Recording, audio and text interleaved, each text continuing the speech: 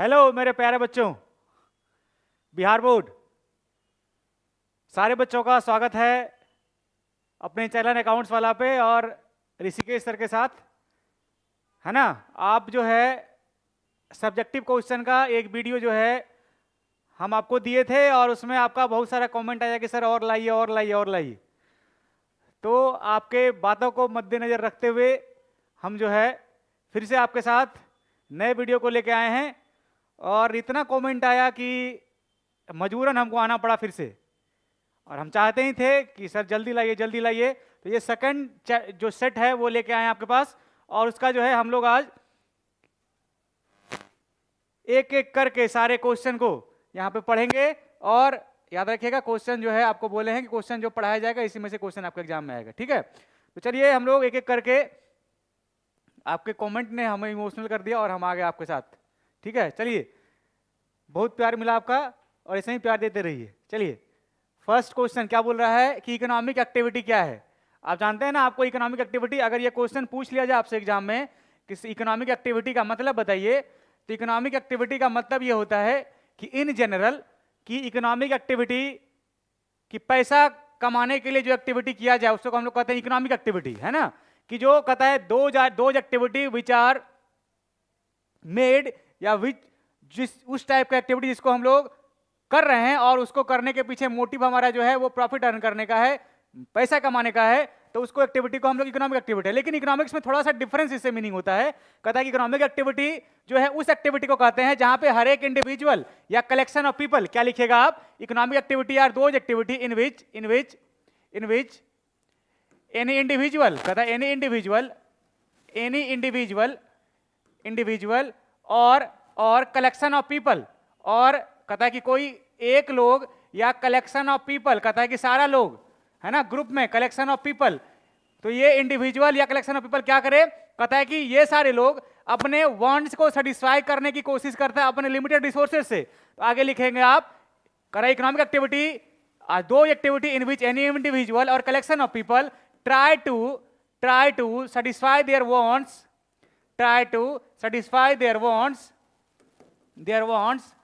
with limited resources या with available resources।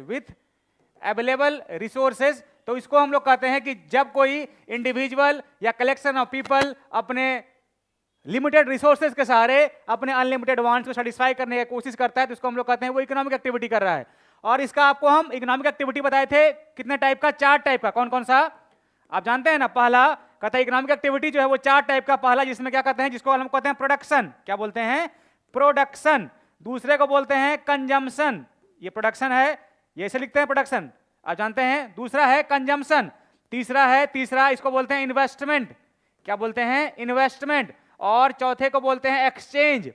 ये इतना लिख दीजिएगा, ये 2 नंबर के क्वेश्चन में काफी है। अगर ये क्वेश्चन अगर आपको 5 नंबर में पूछ लिया जाए तो सारे को एक्सप्लेन कर दीजिएगा तो वो 5 नंबर का क्वेश्चन हो जाएगा। तो economic activity refers to those activity in which any individual और collection of people try to satisfy their wants with limited resources. And economic activity are of 4 types, जिसका पहला है प्रोडक्शन, दूसरा है कंजम्पशन, तीसरा इन्वेस्टमेंट और चौथा एक्सचेंज। एनफ भाई आंसर, शॉर्ट टाइप आंसर के लिए इतना ही, इसको हम लोग इकोनॉमिक एक्टिविटी कहते हैं। चलिए दूसरे क्वेश्चन पे क्या बोला, कहता what is meant by the problem how to produce. ये प्रॉब्लम आपको हम ये क्वेश्चन पिछले वीडियो में बताए थे कि हाउ टू प्रोड्यूस जो है, अच्छा उसमें फॉर होम टू प्रोड्यूस था, ये हाउ टू प्रोड्यूस है, यही बता देते हैं। हाउ टू प्रोड्यूस जो है, कहता इसमें हाउ टू प्रोड्यूस में हम 2 प्रोडक्शन टेक्निक के बारे में बताते हैं। आप बताइएगा कि how to produce is the economic problem in which we study about the technique of production. उसमें 2 टेक्निक आप पढ़े हैं, कौन कौन सा, पहले को बोलते हैं कैपिटल इंटेंसिव टेक्निक, है ना, जिसको हम लोग कहते हैं शॉर्ट में कैपिटल इन CIT। और दूसरा आप पढ़े हैं लेबर इंटेंसिव टेक्निक, है ना। दूसरे को क्या बोलते हैं, लेबर इंटेंसिव टेक्निक, शॉर्ट में इसको बोलते हैं LIT, लेबर इंटेंसिव टेक्निक। आगे इसको आप एक्सप्लेन कीजिएगा, याद रखिएगा, आप एग्जाम में इस टाइप का फ्लो चार्ट बना के दिखाइएगा। आप कहा 2 टाइप का, एक को बोलते हैं, नीचे जब आप आंसर लिख लीजिएगा उसके बाद ये फ्लो चार्ट बनाना है आपको। तो कैपिटल इंटेंसिव टेक्निक किसको बोलिएगा, कहिएगा, इसको लिखिएगा कि capital intensive technique are those technique in which more use of capital more use of capital and less use of labor, less use of labor। तो उसको हम लोग क्या बोलते हैं, उसको हम लोग क्या बोलते हैं, इसको हम लोग क्या बोलते हैं, ये हो गया कैपिटल इंटेंसिव टेक्निक। उसका उल्टा यहां लिखिएगा कि जहां पे लेबर ज्यादा यूज किया जाए, where more use of labour, बोला कि मोर यूज ऑफ लेबर और लेस यूज ऑफ कैपिटल, तो उसको हम लोग क्या बोलते हैं, लेबर इंटेंसिव टेक्निक। इसको आप एक्सप्लेन कर दीजिएगा। पहले आप लिखिएगा इसको इस टाइप से लैंग्वेज में कि how to produce is the problem in which we study about production technique या technique of production which have two types, पहला लेबर इंटेंसिव टेक्निक या कैपिटल इंटेंसिव टेक्निक। उसके बाद दोनों को एक्सप्लेन कीजिएगा कि लेबर का मतलब, लेबर इंटेंसिव मतलब जहां पे लेबर का यूज ज्यादा और मशीन का यूज या कैपिटल का यूज कम किया जाए, उसको हम लोग कहते हैं लेबर इंटेंसिव। और दूसरा कैपिटल इंटेंसिव, जिसमें कैपिटल का यूज या पैसा का यूज ज्यादा और लेबर का यूज कम किया जाए, उसको हम लोग कहते हैं वो कैपिटल इंटेंसिव टेक्निक है और लेबर इंटेंसिव टेक्निक है। इतना ही आपको आंसर में लिखना है, ठीक है। ये काफी है 2 नंबर के क्वेश्चन के लिए।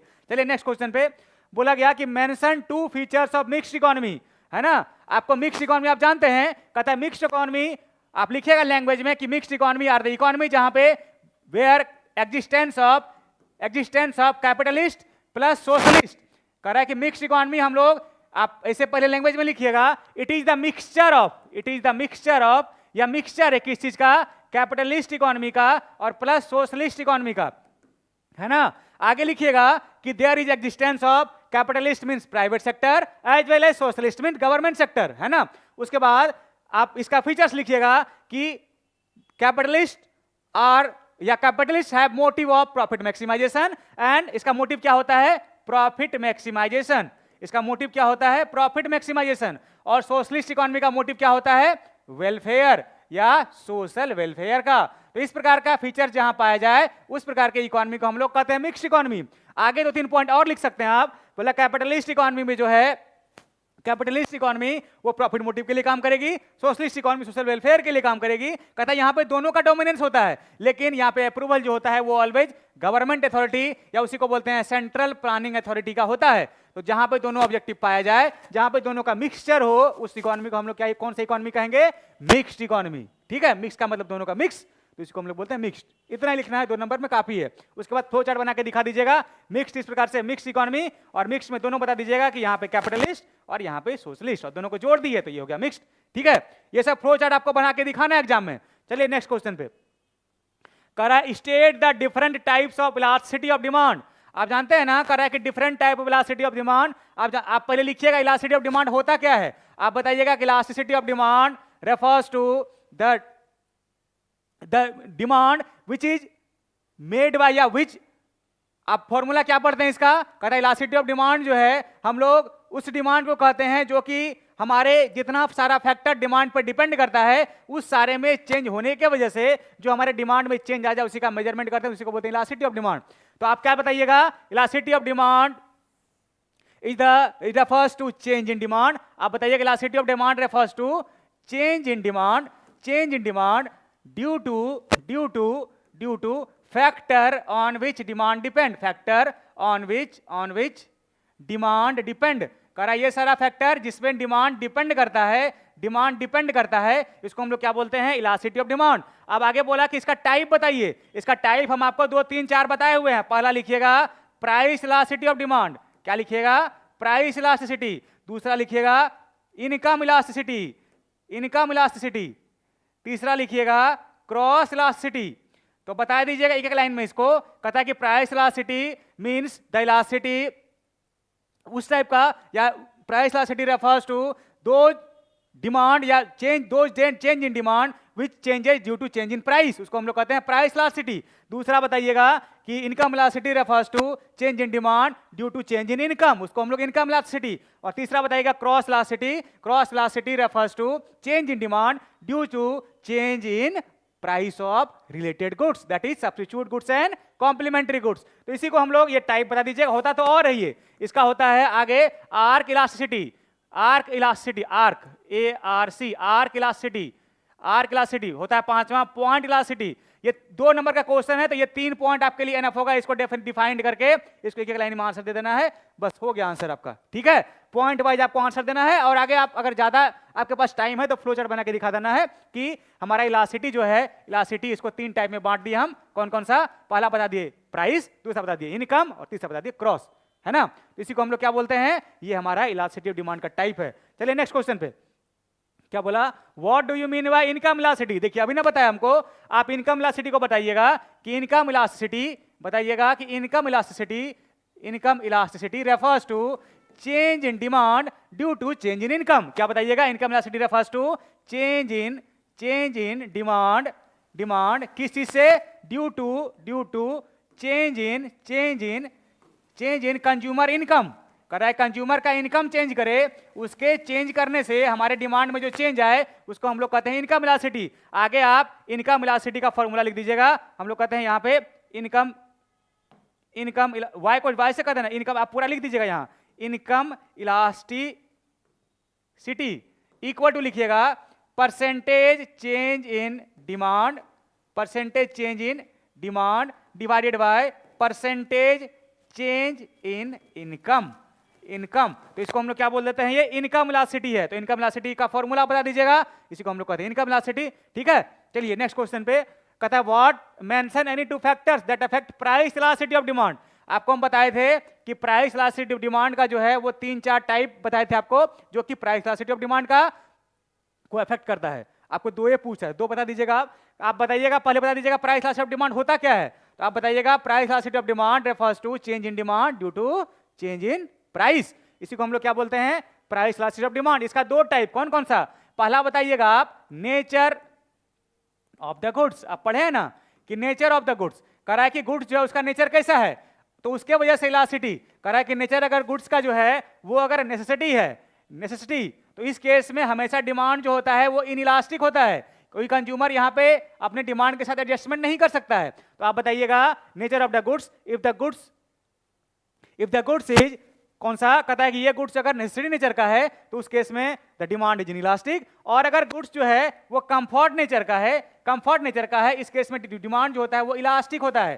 कंफर्ट नेचर के केस में डिमांड जो है वो इलास्टिक होता है। पहला हो गया ये। दूसरा बताइएगा आप, पहला बताया नेसेसिटी और दूसरा बताया इसका नेचर ऑफ द गुड्स में दो टाइप का गुड्स, नेसेसिटी और दूसरा कंफर्ट। इस केस में डिमांड इनइलास्टिक, इस केस में डिमांड इलास्टिक। आप दूसरा बताइएगा कि कंज्यूमर के पास अगर टाइम है, टाइम फैक्टर, कहता है टाइम फैक्टर जो है, अगर कंज्यूमर के पास टाइम है तो वो जो है उस गुड्स का डिमांड बाद में भी कर सकता है। अगर उसके पास टाइम है तो वहां डिमांड चेंज हो गया, तो जहां पे डिमांड चेंज हो जाएगा, कहता है if the consumer have enough time to purchase the goods then demand will be elastic. और कंज्यूमर के पास ने अभी तुरंत आपको बाराती जाना है और कपड़ा खरीदना है, तो उस केस में आपको किसी भी प्राइस पे आप सामान खरीद लीजिएगा, तो उस प्राइस में डिमांड हमेशा हो जाता है क्या? इनइलास्टिक। आपको 2 पूछ रहा था, 2 आप बता दीजिएगा इस केस में कि नेचर ऑफ द गुड्स के केस में 2 टाइप का गुड्स, अगर हमारे पास नेसेसिटी का गुड्स है तो डिमांड उस केस में हमेशा इनइलास्टिक, और हमारे पास अगर कंफर्ट नेचर का गुड्स है उस केस में डिमांड इलास्टिक। और बताइएगा दूसरा टाइम फैक्टर, कि टाइम फैक्टर के केस में डिमांड अगर हमारे पास बहुत टाइम है, if the consumer has enough time the demand will be elastic, if the consumer don't have enough time demand will B inelastic. बस 2 नंबर के क्वेश्चन में ये काफी है। ठीक है, चलिए नेक्स्ट क्वेश्चन पे कहता है what is the relationship between marginal product and total product. आपको ये बताया है ना कि एमपी और टीपी के बीच में रिलेशन, आपको बताए थे एक एमपी बता दीजिएगा, एक टीपी। आपको बताए थे कि मार्जिनल प्रोडक्ट और टोटल प्रोडक्ट के बीच में रिलेशन जो होता है, मार्जिनल प्रोडक्ट अगर हम ये बोलें कि ये हमारे पास यूनिट है, आपको हम अगर इसको आप शेड्यूल को याद नहीं रखना चाहते हैं, आप सिंपल है ना, आप याद रखिएगा पहला रिलेशन जहां पे एमपी जो है वो 0 होता है तो टीपी अपने मैक्सिमम पे होता है, आपको बताए थे ना। दूसरा बोलिएगा कि जब फर्स्ट यूनिट पे एमपी और टीपी जो है, एमपी इक्वल टू टीपी होता है first unit, at first unit पे एमपी टीपी बराबर होता है। तीसरा बताइएगा sum of MP equal to TP होता है। आप इसको लैंग्वेज में लिखना है, पहला लिखिएगा at first unit the value of MP equal to the value of TP total product. दूसरा लिखिएगा where MP is 0 total product is maximum. तीसरा लिखिएगा sum of MP equal to TP. ये अगर आपको 2 नंबर का होता तो और है, लेकिन आपको अगर 2 नंबर का क्वेश्चन पूछ रहा है, इसको आप 3 को लैंग्वेज में इस प्रकार से बना के दिखा दीजिएगा। और अगर आपको एमपी और टीपी का ग्राफ याद है तो आपको आप इस प्रकार से एमपी बना दीजिएगा, मार्जिनल प्रोडक्ट, और इस प्रकार से आप टीपी का ग्राफ बना के दिखा दीजिएगा। तो आपको यहां पे दिखा दीजिएगा कि फर्स्ट स्टेज है, ये सेकंड स्टेज है, और ये थर्ड स्टेज है, लास्ट स्टेज है। इतना काफी होता है जहां पे आप जो है 2 नंबर के क्वेश्चन में लिख सकते हैं। ठीक है, होता तो और रिलेशन आपको हम 5-6 बताएं, आपको पूछ रहा है यहाँ पे 2 नंबर के क्वेश्चन में, तो 3 पॉइंट काफी है, लैंग्वेज में लिखिएगा, एनफ है ये। आपको और आता है तो और बता दीजिएगा। ठीक है, तो हमने बहुत सारा क्वेश्चन करना है, तो होता है तो इसका 6 है, तो आपको 3 बता रहे हैं हम, 3 को आप आसान, ये आसान याद रह जाएगा आराम से आपको जी। वहां जहां एमपी 0, टीपी अपना मैक्सिमम पे, जब फर्स्ट यूनिट पे एमपी इक्वल टू टीपी और sum of MP equal to TP, तो इसको हम लोग कहते हैं क्या, ये रिलेशनशिप है एमपी और टीपी का। ठीक है, चलिए नेक्स्ट क्वेश्चन पे।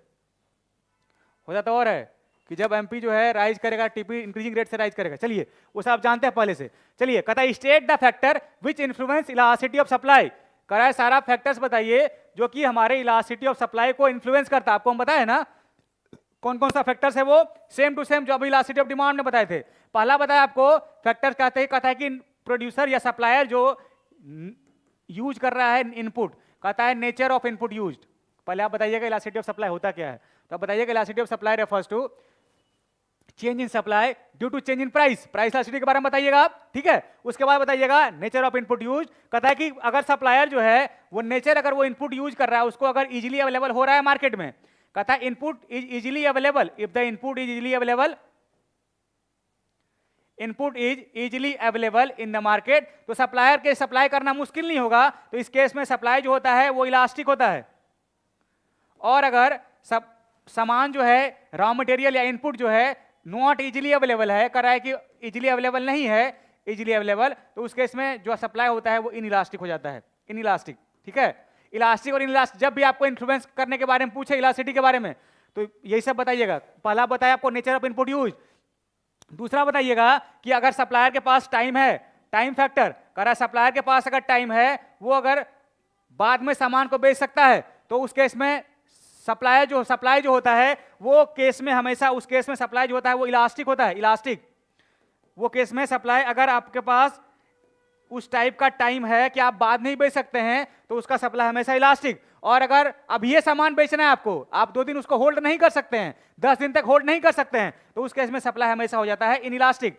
तो कैसे लिखिएगा आप इसको, तो कहिएगा if the supplier have enough time to hold the goods, the supply will be elastic. If the supplier have no enough time to hold the goods, the supply will be inelastic. होता तो और भी बहुत सारा कुछ है। आपको अगर तीसरा आप पूछेगा तो आप बताइएगा नेचर ऑफ द गुड्स। कह रहा है कि गुड्स अगर नेचर ऑफ द गुड्स में आप 2 टाइप पढ़े थे, कौन कौन सा, nature of the goods 2 type, कौन कौन सा। पहला अगर पेरिसेबल नेचर का गुड्स है, पेरिसेबल, कहता है कि अगर आपका खराब होने वाला वस्तु है तो खराब होने वाला गुड्स में हमेशा जो सप्लाई होता है वो सप्लाई इनइलास्टिक होता है, क्योंकि सामान तुरंत से बेचना पड़ता है उसको। और नेचर जो है वो ड्यूरेबल है, अगर नेचर जो है वो अगर ड्यूरेबल है तो इस केस में सप्लाई जो होता है वो इलास्टिक है। अगर ड्यूरेबल नेचर का है, आप उसको आराम से बाद में होल्ड कर सकते हैं, तो आप कभी बेच सकते हैं उसको बढ़े हुए प्राइस पे, तो सप्लाई उस केस में हमेशा इलास्टिक होता है। इतना ही आपको लिखना है, एक एक पॉइंट लिख के उसके बाद उसका नेचर इलास्टिक या इनइलास्टिक बता देना है। ये 3 नंबर के क्वेश्चन में काफी है, एनफ मार्क्स मिल जाएगा आपको। ठीक है, तो चलिए नेक्स्ट क्वेश्चन। कह रहा what is the production function. आप जानते हैं प्रोडक्शन फंक्शन जो है हम वो फिजिकल इनपुट, क्या फिजिकल इनपुट और फिजिकल आउटपुट के फंक्शनल रिलेशनशिप को बताता है। क्या आप बताइएगा कि it is the functional relationship between physical input and physical output is called production function. आगे लिखिएगा कि यहां production function is QX is the function of L and K। आगे बताइएगा आप कि प्रोडक्शन फंक्शन 2 टाइप का होता है, एक को कहते हैं क्या, short run production function, short run, और दूसरे को बोलते हैं लॉन्ग रन प्रोडक्शन फंक्शन, क्या, लॉन्ग रन प्रोडक्शन फंक्शन। आगे एक एक लाइन लिख दीजिएगा इसमें कि short run production function refers to those production function in which one input is variable. यहां पे एक इनपुट जो है वो वेरिएबल और एक इनपुट जो है वो कांस्टेंट। और लॉन्ग रन में ऑल इनपुट आर वेरिएबल, कहता है सारा इनपुट वेरिएबल होता है, सारा इनपुट, दोनों इनपुट जो है इसमें किसी पे बार नहीं होता, सारा इनपुट कांस्टेंट, ये वेरिएबल ही होता है, कांस्टेंट यहाँ पे कोई नहीं होता है, दोनों इनपुट वेरिएबल 1 2 दोनों। तो इतना आप बता दीजिएगा, ये एनफ है आपके प्रोडक्शन फंक्शन के लिए। ठीक है, चलिए नेक्स्ट क्वेश्चन पे।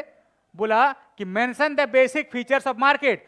आप बताइएगा मार्केट किसको कहते हैं, तो आप बताइएगा बेसिक फीचर्स जो है, पहले आप डेफिनेशन लिखिएगा मार्केट का, कहिएगा market is the system in which buyer and seller interact each other for mutual benefits where existence of buyer and seller, और दोनों एक दूसरे के लिए म्यूचुअल बेनिफिट्स के लिए कहता है। तो फिर आगे उसके फीचर, या आप लिखिएगा market is a system where purchase of goods and services takes place. इसको हम लोग कहते हैं क्या, मार्केट, है ना, जहां पे क्या क्या परचेज, जहां पे गुड्स को खरीदा जाए और गुड्स को सेल किया जाए, टेक्स प्लेस कह रहा है जहां पे गुड्स एंड सर्विसेज का परचेज और सेल हो, उसको हम लोग कहते हैं वो मार्केट है। इसका फीचर्स लिखिएगा, पहला फीचर्स कि यहां पे बायर और सेलर होना चाहिए। पहला फीचर्स क्या है, पहला फीचर्स बायर एंड सेलर होना चाहिए, existence of buyer and seller.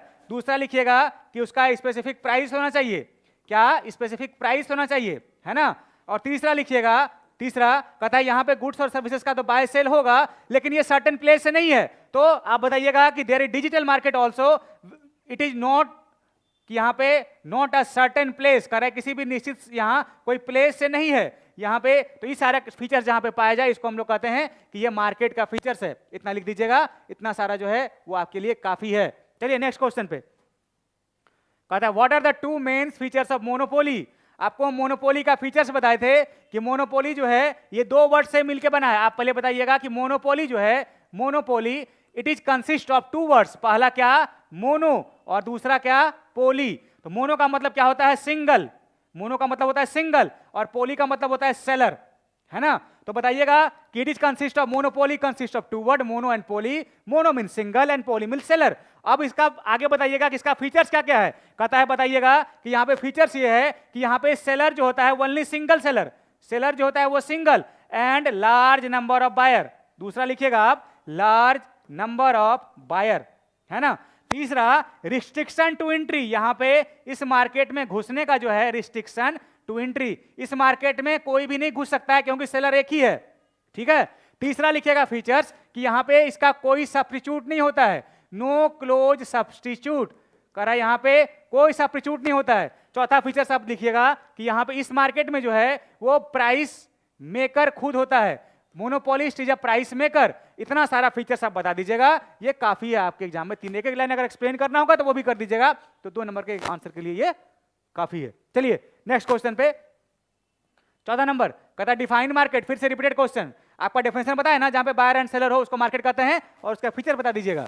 हो गया मार्केट का डेफिनेशन। चलिए नेक्स्ट क्वेश्चन पे, अभी तुरंत बताएं आपको। कहता है व्हाट इज रेंट, तो बताइएगा कि रेंट जो है, rent is a monetary value या मॉनेटरी टर्म्स, या विच अर्न्ड, कह रहा है कि रेंट जो है ये जो है एक फैक्टर इनकम का हिस्सा। आप जानते हैं ना फैक्टर इनकम, आप पढ़े ना क्या क्या, वेजेज, रेंट, इंटरेस्ट और प्रॉफिट। कह रहा है कि आपको फैक्टर सर्विसेज को देने के बदले जो मिलता है उसको फैक्टर इनकम कहते हैं, और रेंट जो है आपके फैक्टर इनकम का हिस्सा है। तो वो तो बाद में लिखिएगा, पहले बताइएगा कि रेंट जो है एक मॉनेटरी वैल्यू है जो कि हमको किस चीज के देने से मिलता है, विच प्रोवाइड बाय प्रॉपर्टी। हम अगर प्रॉपर्टी किसी को देते हैं तो उसके बदले हमको क्या मिलता है, रेंट, है ना। आगे लिखिएगा कि रेंट जो है एक मॉनेटरी टर्म्स है। हाँ, कहता है कि रेंट जो है ये मॉनेटरी वैल्यू है which is earned by providing factor services, या which is earned by providing property, और हमको जो मिलता है उसको हम लोग कहते हैं रेंट। आगे बताइएगा कि रेंट जो है, rent it is the factor income, factor income, या फैक्टर इनकम है which is earned by providing factor services. कह रहा है कि ये फैक्टर सर्विसेज के बदले मिलता है, तो इसको हम लोग क्या बोलते हैं, रेंट, है ना। आगे बता दीजिएगा कि हमको ये रेंट जो है प्रॉपर्टी को किसी को दिए, वो उसी को हम लोग बोलते हैं, हम लोग का रेंट है फैक्टर इनकम के तहत, ठीक है। इतना आंसर काफी इसके लिए। चलिए नेक्स्ट क्वेश्चन पे, बोला what is the difference between monopoly and monopolistic competition. Monopoly के बारे में अभी ना बताया आपको कि मोनोपोली का मतलब एक के को है। आप बताइएगा ये सिंगल सेलर, आप बताइएगा दोनों में कैसे लिखिएगा, इधर कि मोनोपोली, इधर लिखिएगा मोनोपोली, इधर लिखिएगा मोनोपोलिस्टिक, मोनोपोलिस्टिक कंपटीशन, है ना। तो आप बताइएगा मोनोपोली जो है, मोनोपोली हम लोग उस मार्केट को कहते हैं जहां पे सिंगल सेलर हो, क्या हो, सिंगल सेलर, क्या हो, सिंगल सेलर, और यहां पे बायर लार्ज नंबर हो, लार्ज नंबर, और यहां पे कहिएगा कि इस मार्केट में जो है लार्ज नंबर ऑफ बायर भी होता है, बायर एंड सेलर दोनों होता है ना। दूसरा लिखिएगा कि यहां पे इस मार्केट में रिस्ट्रिक्शन टू एंट्री होता है, टू एंट्री, और इस मार्केट में जो है ये free entry and free exit होता है, free entry and free exit, है ना। तीसरा कहता है कि यहां पे फीचर्स लिखिएगा आप कि यहां पे कोई क्लोज सब्स्टिट्यूट नहीं होता है, no close substitute, no close substitute, यहां पे कोई क्लोज सब्स्टिट्यूट नहीं होता है। तीसरा आप लिखिएगा कि यहां पे इसमें मोनोपोलिस्ट में कि यहां पे देयर इज क्लोज सब्स्टिट्यूट। इतना 3 पॉइंट लिख दीजिएगा, 2 नंबर के लिए काफी है। इसी को कहते हैं मोनोपोलिस्ट और मोनोपोली के बीच में डिफरेंस है, मोनोपोली या मोनोपोलिस्ट, ठीक है। चलिए नेक्स्ट क्वेश्चन पे, करेक्ट डिमांड और supply are the two blades of scissor, explain the statement with the reference of price determination. आप कहिएगा कि यहाँ पे बता, आपको पूछ रहा है यहाँ पे कि कैसे जो है डिमांड सप्लाई मिलके प्राइस का जो डिटर्मिनेशन करता है। आप जानते हैं ना, ये डिमांड ये सप्लाई दोनों मिल गया, जहाँ देखिए एक कैची ये हो गया, देखिए कैची टाइप का है ना, दोनों जहाँ इंटरसेक्ट कर दिया, इसको बोल दिया हम लोग प्राइस फिक्स हो गया। आप बताइएगा कि demand and supply are two scissor which fixes the price because where demand equal to supply is the point of equilibrium, इसको हम लोग क्या बोलते हैं, point of equilibrium, and it take place by the market forces of demand and supply, है ना। ये market forces of demand and supply के कारण से होता है, इसी को हम लोग बोलते हैं ये प्राइस डिटर्मिनेशन। और ये ग्राफ बना के बता दीजिएगा आप कि ये हमारा ओपी हो गया प्राइस, ओक्यू हो गया क्वांटिटी, जिसको हम लोग बोले ओपी हमारा इक्विलिब्रियम प्राइस और ओक्यू हमारा इक्विलिब्रियम क्वांटिटी, है ना। स्टेटमेंट के थ्रू आप बताइएगा D is the demand curve, S is the supply curve, which intersect each other at a point D equal to S at a point equilibrium at a point E. इतना आप लिख दीजिएगा, इसके लिए ये काफी है 2 नंबर के क्वेश्चन के लिए। चलिए नेक्स्ट क्वेश्चन, करवा दीजिए ट्रांसफर पेमेंट। आपको बोले थे ट्रांसफर पेमेंट जो है, जो ट्रांसफर इनकम है वही आपके लिए इनकम है, जिसको पेमेंट के उसके लिए ट्रांसफर पेमेंट। आप बताइएगा transfer payment are those payment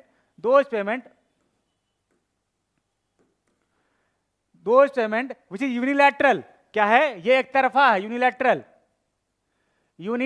है। यूनिलैटरल का मतलब एक तरफा, कहता है कि आप जो है इस टाइप का payment which is given by any person to any person which is given by without rendering services. कहता है आप सर्विस नहीं दिए और आपको कोई दे दिया पैसा, तो इसको हम लोग बोलते हैं ट्रांसफर पेमेंट है। ये ट्रांसफर इनकम का ही दूसरा नाम है ट्रांसफर पेमेंट, है ना। इसका एग्जांपल आप जानते हैं ना ट्रांसफर पेमेंट क्या होता है। कहता है डोनेशन, चैरिटी आप दिए, आप किसी को स्कॉलरशिप दिए,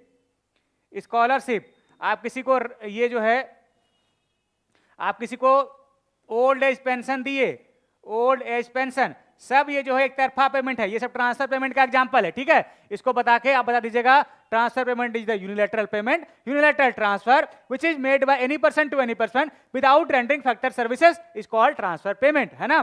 तो इसको हम लोग क्या बोलते हैं या विदाउट गेनिंग फैक्टर सर्विसेज, तो उसको हम लोग क्या बोलते हैं फैक्टर पेमेंट, और सॉरी ट्रांसफर पेमेंट। और ट्रांसफर पेमेंट का एग्जांपल यही सब है, ठीक है। Donation, charity, scholarship, old age pension, gift, ये सब जो है वो ट्रांसफर पेमेंट का एग्जांपल है, ठीक है।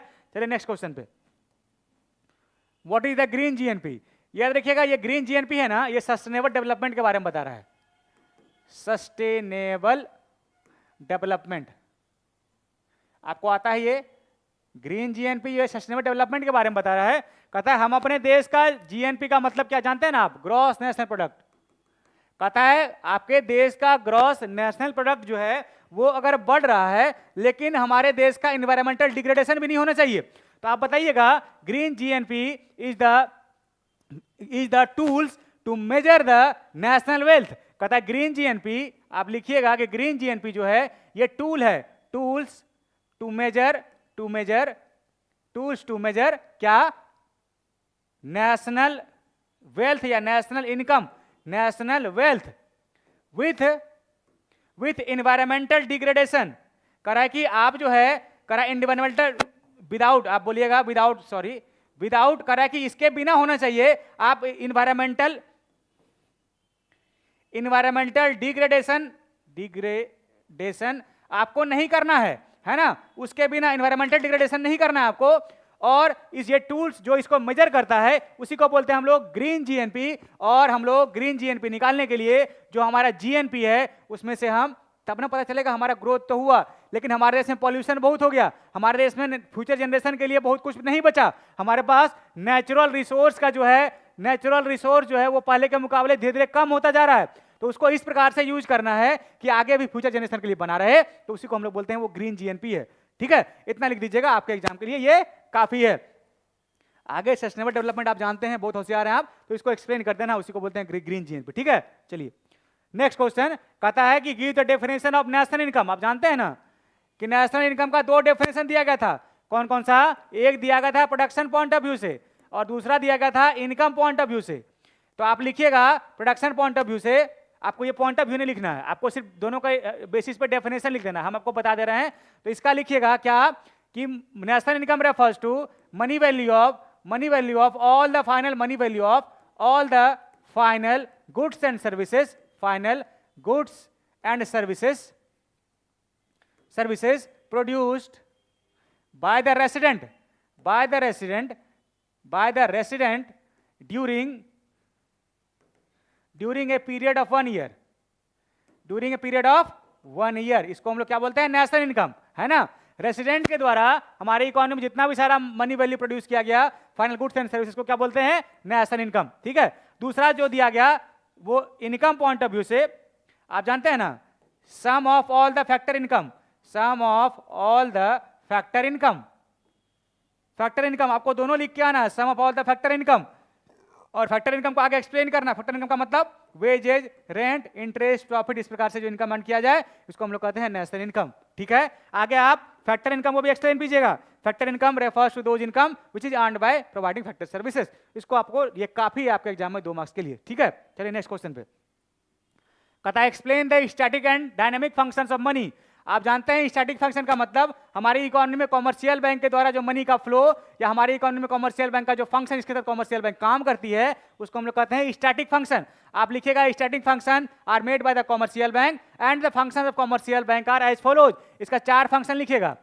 कहता है कि जिसके थ्रू आप बताइएगा static function refers to those function bye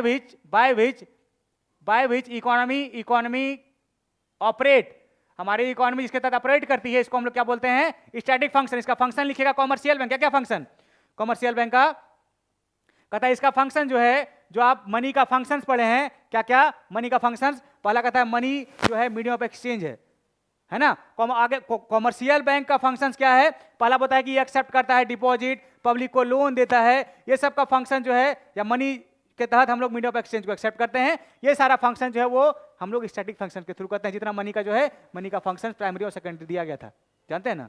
आगे स्टैटिक फंक्शन ने बताइएगा कि स्टैटिक फंक्शन का क्या क्या एग्जांपल हो गया। बोला स्टैटिक फंक्शन जो है वो आरबीआई के द्वारा किया जाता है। स्टैटिक फंक्शन इसमें जो है, स्टैटिक फंक्शन में कहता है स्टैटिक फंक्शन में क्या होता है? कहता है कि ये आपका एग्जांपल क्या हो गया? कहता है इंटरेस्ट, जैसे आरबीआई के द्वारा पता है ना आपको, bank rate, repo rate, CRR, interest rate, ये सबको घटाया बढ़ाया जाता है, तो इसको हम लोग कहते हैं इंटरेस्ट। एग्जांपल इसका क्या हो गया? Interest rate. दूसरा एग्जांपल क्या हो गया? Production cut. ये सब जो है एग्जांपल हो गया डायनेमिक फंक्शंस का। ठीक है, ये सारा जो है आप लिख सकते हैं इसमें स्टैटिक और डायनेमिक फंक्शंस में। ठीक है, चलिए नेक्स्ट क्वेश्चन पे। कहता है write the important functions of commercial bank. Commercial bank का फंक्शन आप जानते हैं ना, क्या क्या? Accept deposit, providing loan, locker facility. क्या क्या इसका फंक्शन? पहला कहता है एक्सेप्ट डिपॉजिट, दूसरा लैंडिंग मनी या एडवांसिंग लोन लिख दीजिए, उससे अच्छा वर्ड कह रहा है एडवांसिंग लोन, है ना, एडवांसिंग लोन। तीसरा आप लिख दीजिएगा, तीसरा कि general utility function, general utility function. चौथा जो है जनरल यूटिलिटी फंक्शंस। चौथा लॉकर फैसिलिटी। पांचवा ओवरड्राफ्ट फैसिलिटी। ये सारा फंक्शन जो है वो कॉमर्शियल बैंक का है, ओवरड्राफ्ट फैसिलिटी, ये सारा फंक्शन जो है वो कॉमर्शियल बैंक का है, ठीक है। इतना आपको लिख देना है। अगर आप एक्सप्लेन करने एक लाइन एक्सप्लेन कर दीजिएगा सबको, तो ये काफी है आपके एग्जाम के लिए। चलिए next question, what are the features of monopoly, sorry money, monopoly हम पढ़ देते, मनी कहता है मनी का क्या क्या फीचर्स है, तो जानते हैं ना फीचर्स क्या क्या है मनी का। तो आप पहले मनी का डेफिनेशन लिखिएगा, क्या, money is what money does, money is what money does, कहता है मनी वही है जो मनी का काम करता है। आगे दूसरा डेफिनेशन मनी का लिखिएगा कि money is a medium of exchange, money is the medium of exchange, measure of value, measure of value, ठीक है ना। दूसरा उसके आगे लिखिएगा standard deferred payment, standard deferred payment, इसको मनी का डेफिनेशन, इसका फीचर्स भी लिख दीजिएगा मनी, फिर वही क्या, पहला मीडियम ऑफ एक्सचेंज, दूसरा मेजर ऑफ वैल्यू, तीसरा standard deferred payment, standard deferred payment, ये सब जो है ये सब मनी का जो है फीचर्स है, जिसके तहत मनी जो है इसको हम लोग चलन में लाते हैं, ठीक है। चलिए आगे नेक्स्ट क्वेश्चन पे इतना लिख दीजिए, काफी है। चलिए नेक्स्ट क्वेश्चन पे कहता है फिस्कल पॉलिसी बताइए, आप बताइएगा fiscal policy is, fiscal policy is the policy of, the policy of the government, government, government in which all the expenditure and receipt of the government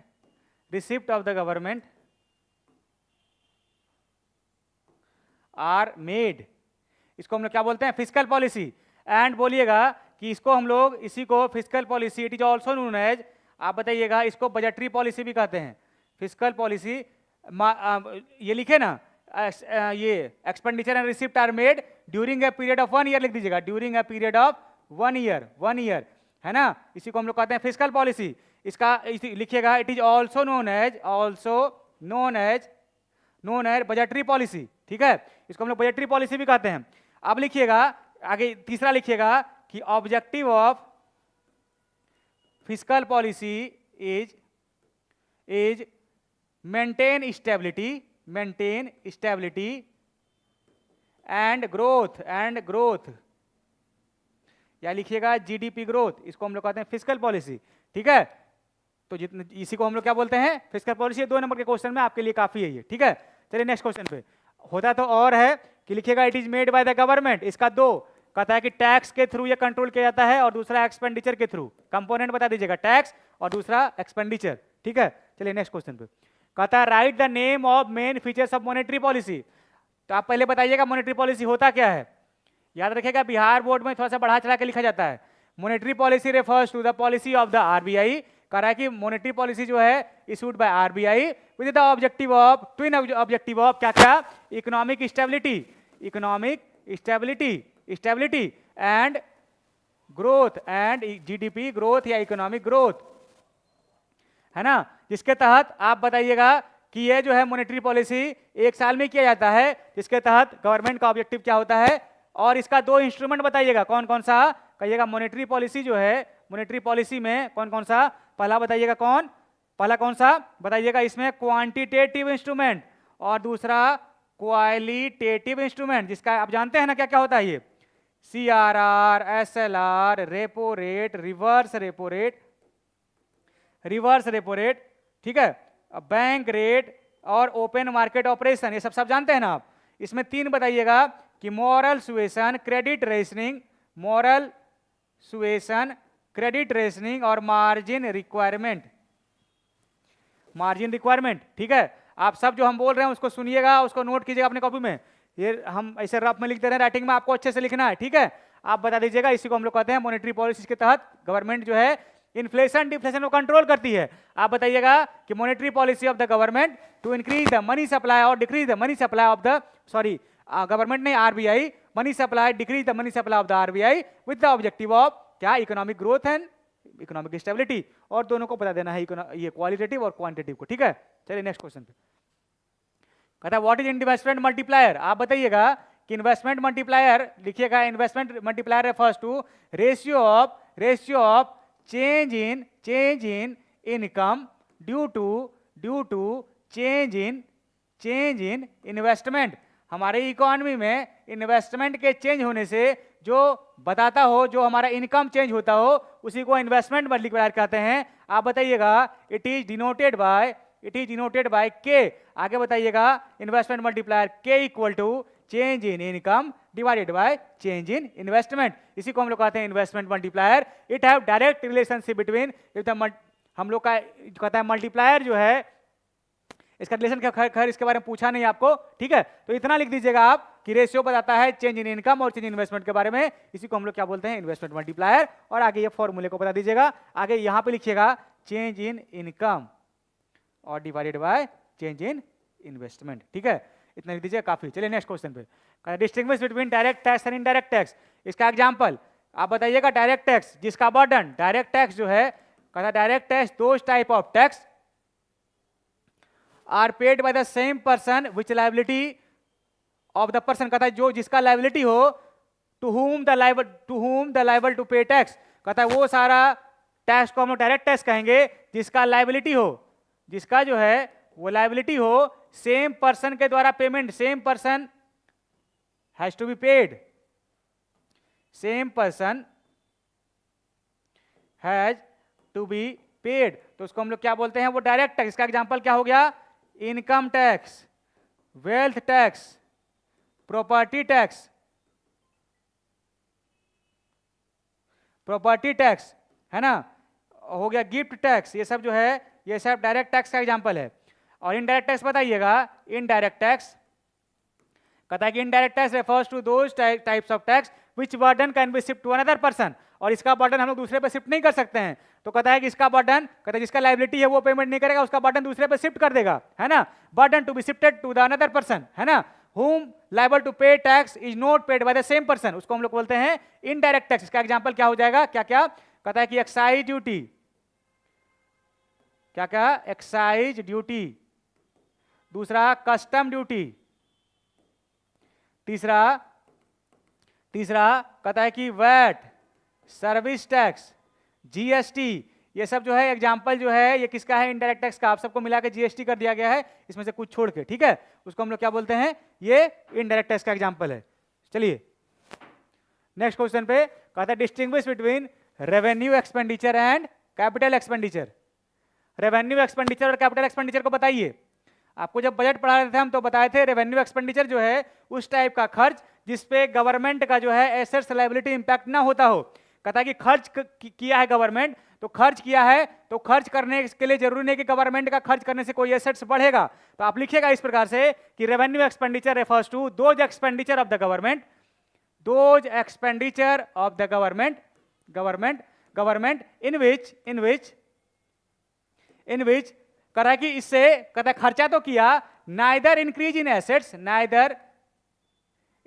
in assets और decrease in liability. और इसका example बताइएगा आप, इसका example कहिएगा कि interest payment, इसका example जो है इंटरेस्ट पेमेंट आप किए तो ये रेवेन्यू एक्सपेंडिचर है। दूसरा एग्जांपल आप बताइएगा कि गवर्नमेंट एम्प्लॉय को सैलरी दिए, गवर्नमेंट एम्प्लॉय को salary of the government employ. तीसरा बताइएगा सब्सिडी दिए, स्कॉलरशिप दिया बच्चे को, स्कॉलरशिप, ये सब जो है ये रेवेन्यू एक्सपेंडिचर का हिस्सा है। आगे दूसरा बताइएगा कैपिटल एक्सपेंडिचर, तो आप बताइए capital expenditure refers to those expenditure in which assets increases, करा कि एसेट्स इंक्रीज करेगा और आपका लायबिलिटी जो है वो डिक्रीज। कैपिटल एक्सपेंडिचर या तो एसेट्स इंक्रीज करे, आप बताइएगा आइदर एसेट्स इंक्रीज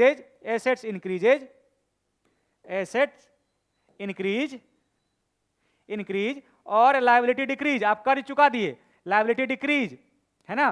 तो इसको हम लोग बोलते हैं कि ये जो है कैपिटल एक्सपेंडिचर। इसका एग्जांपल क्या हो गया, bridge, construction of bridge, investment in share and bond, है ना, रोड, डैम, ये सब जो है ये हमारा कैपिटल एक्सपेंडिचर का हिस्सा है। प्लांट, मशीनरी, लैंड, ये सब एक प्लांट, मशीनरी, लैंड, ये सब जो है प्लांट, मशीन, ये सब जो है खर्च जो है ये कैपिटल एक्सपेंडिचर का हिस्सा है, ठीक है। इसको हम लोग क्या बोलते हैं, इसको हम लोग कैपिटल एक्सपेंडिचर। चलिए आपको ऐसे ही लिखना है एग्जाम में।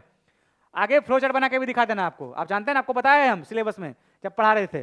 चलिए, what is meant by primary deficit, आप बताइएगा कि प्राइमरी डेफिसिट जो है, primary deficit is the difference between, difference of किसका किसका, फिजिकल डेफिसिट, किसका किसका, physical deficit and interest payment.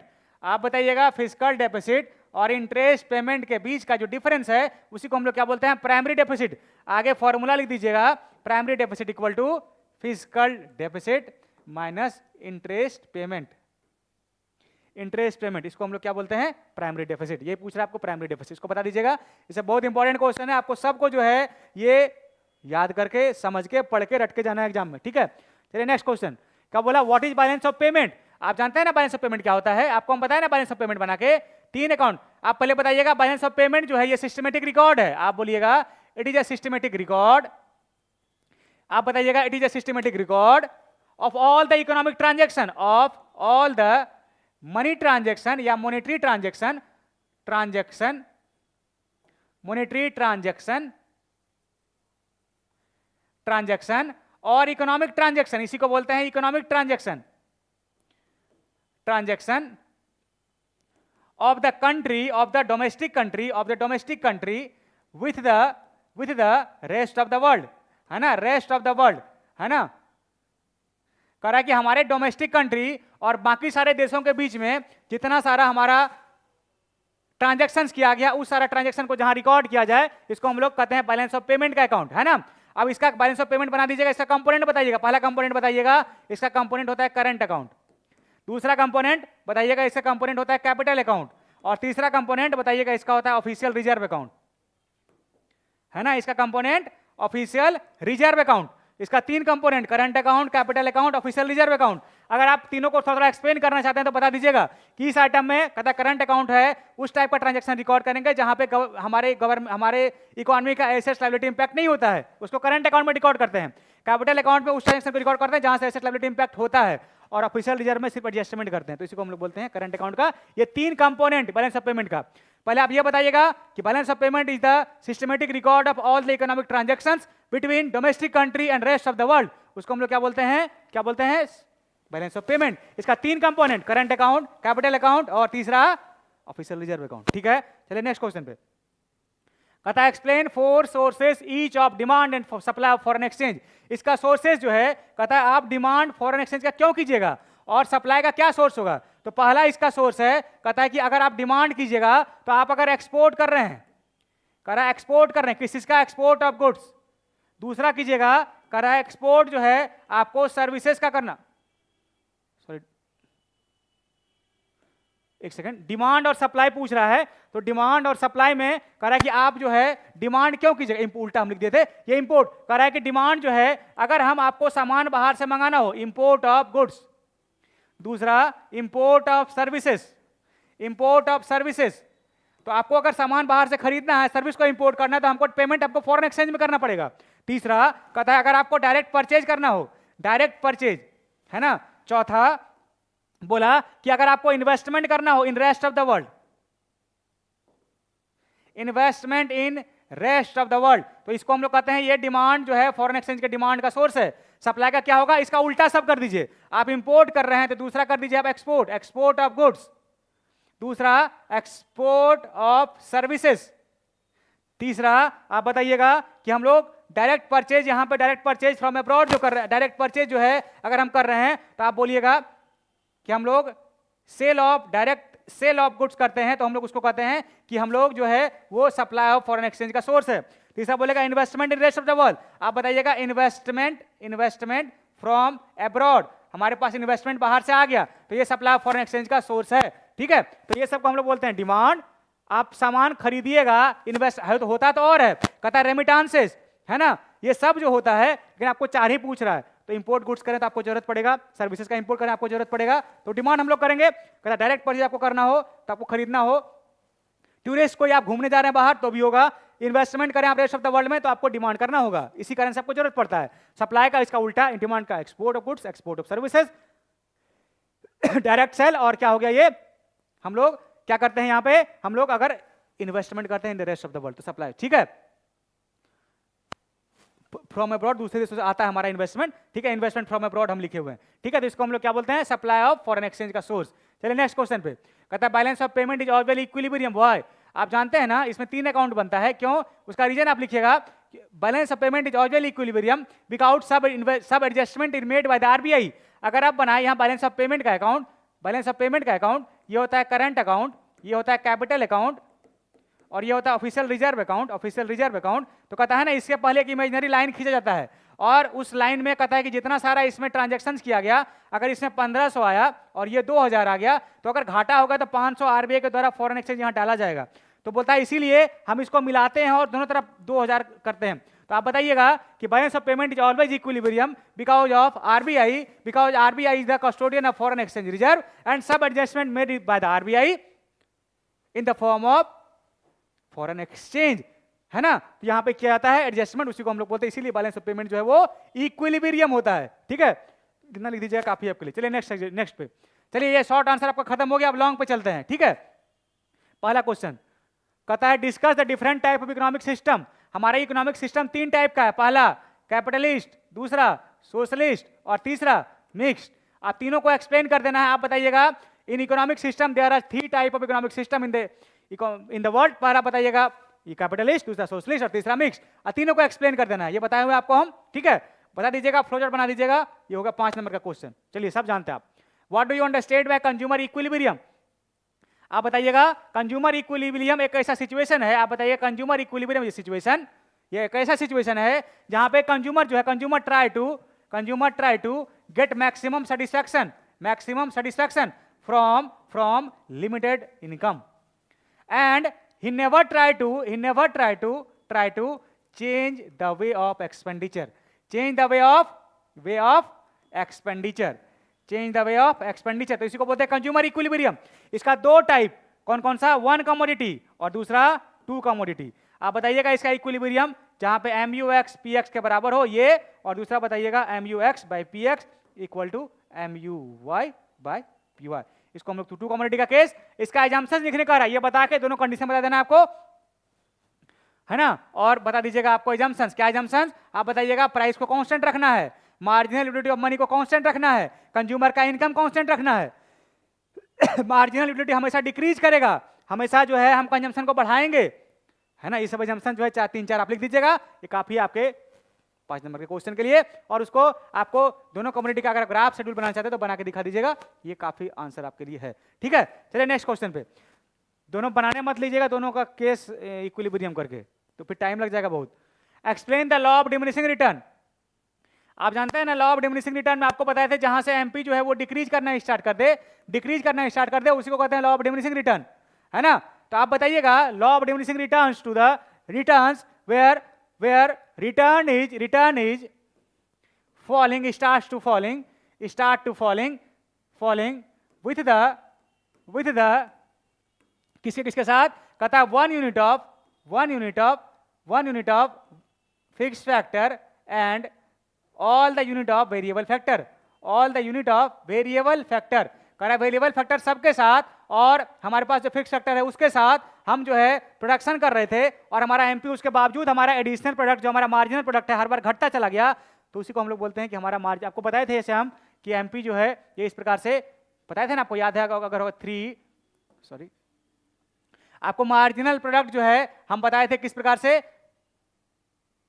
5 4 3, ये बताए थे इस टाइप से, ये घटता निगेटिव में, आपको निगेटिव रिटर्न तक बताए थे, याद है ना आपको। तो इस प्रकार से ऐसे बताया 2 3 4 3 2 1 0 निगेटिव, आपको ये बताए थे हम। ये वाला अगर आपको रटवाए थे क्लास में, होता तो बहुत सारा है, ये वाला हम आपको ये बताए थे क्लास में। हमारे यहाँ से एमपी जो है डिक्रीज करना स्टार्ट कर देता है, तो हमारा जो है यहाँ से डिक्रीजिंग रिटर्न या डिमिनिशिंग रिटर्न चालू हो जाता है, ठीक है। तो बताइएगा इसका एजम्पशंस बताइएगा कि डिमिनिशिंग रिटर्न का 3 एजम्पशंस है, क्या क्या बोलिएगा कि यहाँ पे जो है पहला एजम्पशंस हमारे पास फिक्स फैक्टर कांस्टेंट है ना। दूसरा हमारे पास वेरिएबल फैक्टर इंक्रीज कर रहे हैं, लेकिन उसके बावजूद हमारा आउटपुट जो है वो बढ़ नहीं रहा है, क्यों, क्योंकि दोनों के बीच में पुअर कोऑर्डिनेशन है। दूसरा बताइएगा एजम्पशंस कि पुअर कोऑर्डिनेशन बिटवीन फैक्टर्स। तीसरा बताइएगा इम्परफेक्ट सब्स्टिट्यूट, है ना। क्या क्या एजम्पशंस, पहला एजम्पशन बताइएगा कि हमारे पास एक है फिक्स फैक्टर और एक वेरिएबल, ये हमारे पास फिक्स फैक्टर एक है जो कि कांस्टेंट है। दूसरा बताइएगा कि पुअर कोऑर्डिनेशन बिटवीन फैक्टर, है ना। तीसरा आप बताइएगा कि हमारे पास दोनों का इम्परफेक्ट सब्स्टिट्यूट है, एक दूसरे को सब्स्टिट्यूट नहीं कर सकते हैं, इम्परफेक्ट सब्स्टिट्यूट। तो इस प्रकार के आप इस प्रकार के क्वेश्चन को लिख सकते हैं। और इसके बाद आप इसको लिखने के बाद, क्योंकि ये 5 नंबर का क्वेश्चन है, तो इसको लिखने के बाद आप इस प्रकार से टीपी का ग्राफ बना के भी दिखा देंगे, टोटल प्रोडक्ट इस प्रकार से और मार्जिनल प्रोडक्ट यहाँ से फॉल कर रहा है, मार्जिनल प्रोडक्ट इस प्रकार से ग्राफ जो जानते हैं फर्स्ट स्टेज सेकंड स्टेज ले जाके एक ग्राफ बना दीजिएगा। ये आपका मार्जिनल डिमिनिशिंग रिटर्न के बारे में हो गया, ये इतना आंसर काफी है। चलिए नेक्स्ट क्वेश्चन पे, distinguish between perfect competition and monopoly. आप जानते हैं ना, मोनोपोली आपको हम बता चुके हैं अभी तुरंत 3 बार। मोनोपोली का मतलब जहां सिंगल सेलर हो, जहां पे रिस्ट्रिक्शन टू एंट्री हो, जहां पे कहता है यहां पे सिंगल सेलर, क्या सिंगल सेलर, और लार्ज नंबर ऑफ बायर, जहां पे सब्स्टिट्यूट नहीं हो, क्लोज सब्स्टिट्यूट नहीं हो, no close substitute, no close substitute. तीसरा बोला कि यहां पे क्लोज सब्स्टिट्यूट भी नहीं है। तीसरा बोला restriction to entry, restriction to entry. चौथा फीचर्स यहां पे जो है प्राइस मेकर खुद होता है firm, price maker, monopolist is a price maker.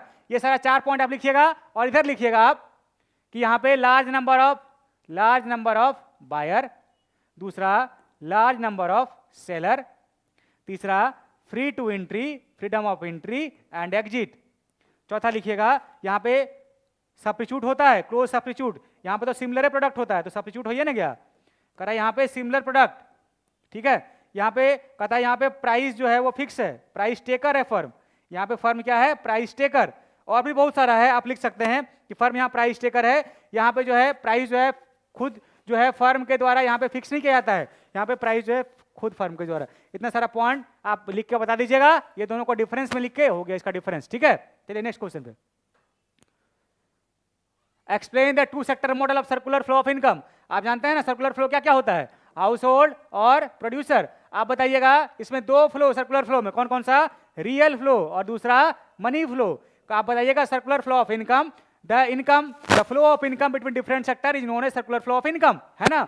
आगे बताइएगा कि real flow refers to the flow of goods and services, flow of goods and services among the household sector to production sector, है ना, household to production या among different sector. और बताइएगा money flow, तो बताइएगा flow of money between different sector का मतलब household sector to production sector is known as money flow.